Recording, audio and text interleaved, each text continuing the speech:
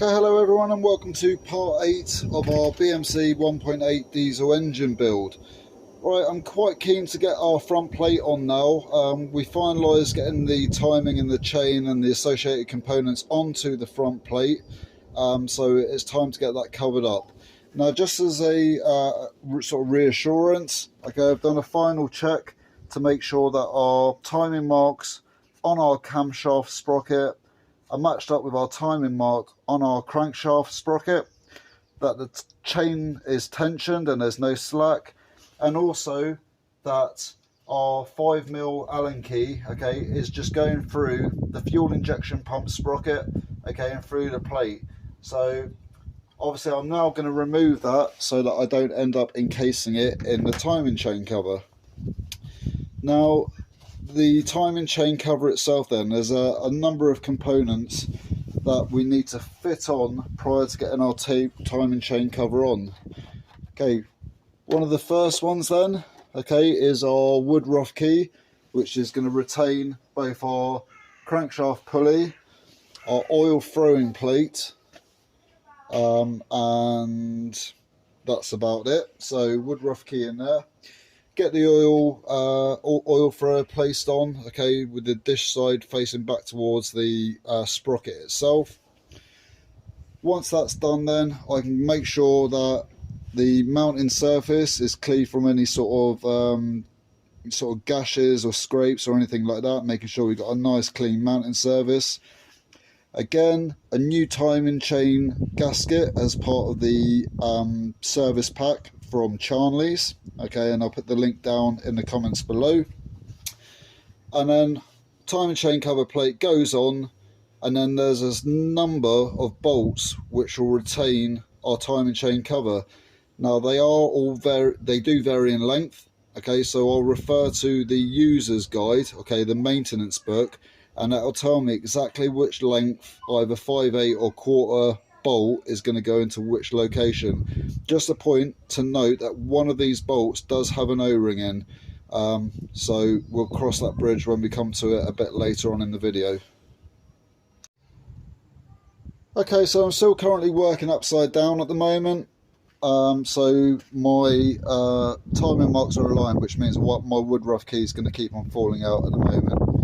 Okay, so what I'm going to do for the ease of this then is one final check that everything's been removed so nothing gets encased underneath the timing chain cover, and I've placed my oil throwing disc with the dish side face pointing back towards the sprocket. I've got my timing chain cover, okay, with its new front oil seal, and what I'm looking to do then is take the first of my two bolts. In this case then, they are two 1/4 inch bolts, about 31mm long, and I'm just going to place them through the housing,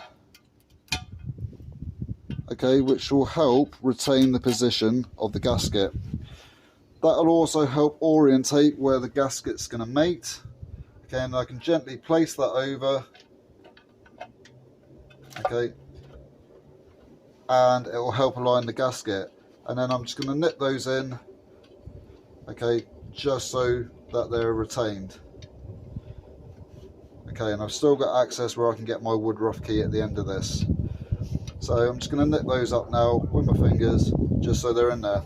And then using the manual, okay, it will stipulate the length of each of the bolts, the 1/4 inch bolts and the 5/8 bolts, as I work my way around. So working in a sort of, as we're looking at clockwise direction, I'm just going to go through, read the specs, how long the bolt should be, select that bolt, measure it, and then nip them in place.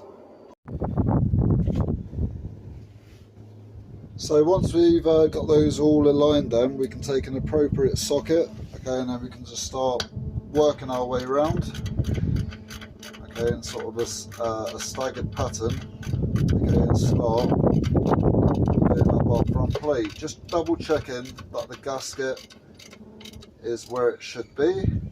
Okay, and I'm just going to work my way around.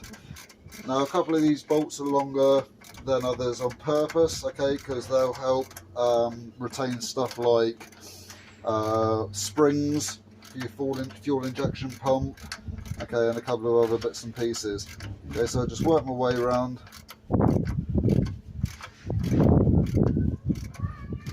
do them up hand tight, okay, then go around and do them as again in the torque specs as stipulated in the workshop book.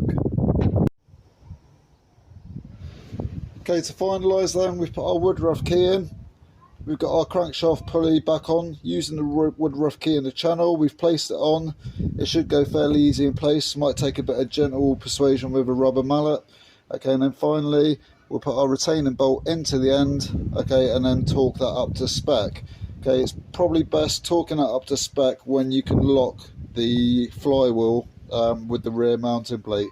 So we're just going to leave it as so at the moment. So that's where we are with that then. So what we should have, now that's all assembled, okay, again I'll take my 33mm socket and just give it a few rotations just to make sure everything is still free moving. So that is our crankshaft pulley, front timing chain cover, all the bolts mounted on. Okay, and now we can progress to putting things like the water pump pulley on if you desire to do so. Okay, but predominantly we're looking now at flipping the engine back up so the cylinder head's facing uppermost. Okay, and then go through the assembly of the cylinder head, which will be in part 9, and then getting some of the various other assemblies placed on. Thanks for watching.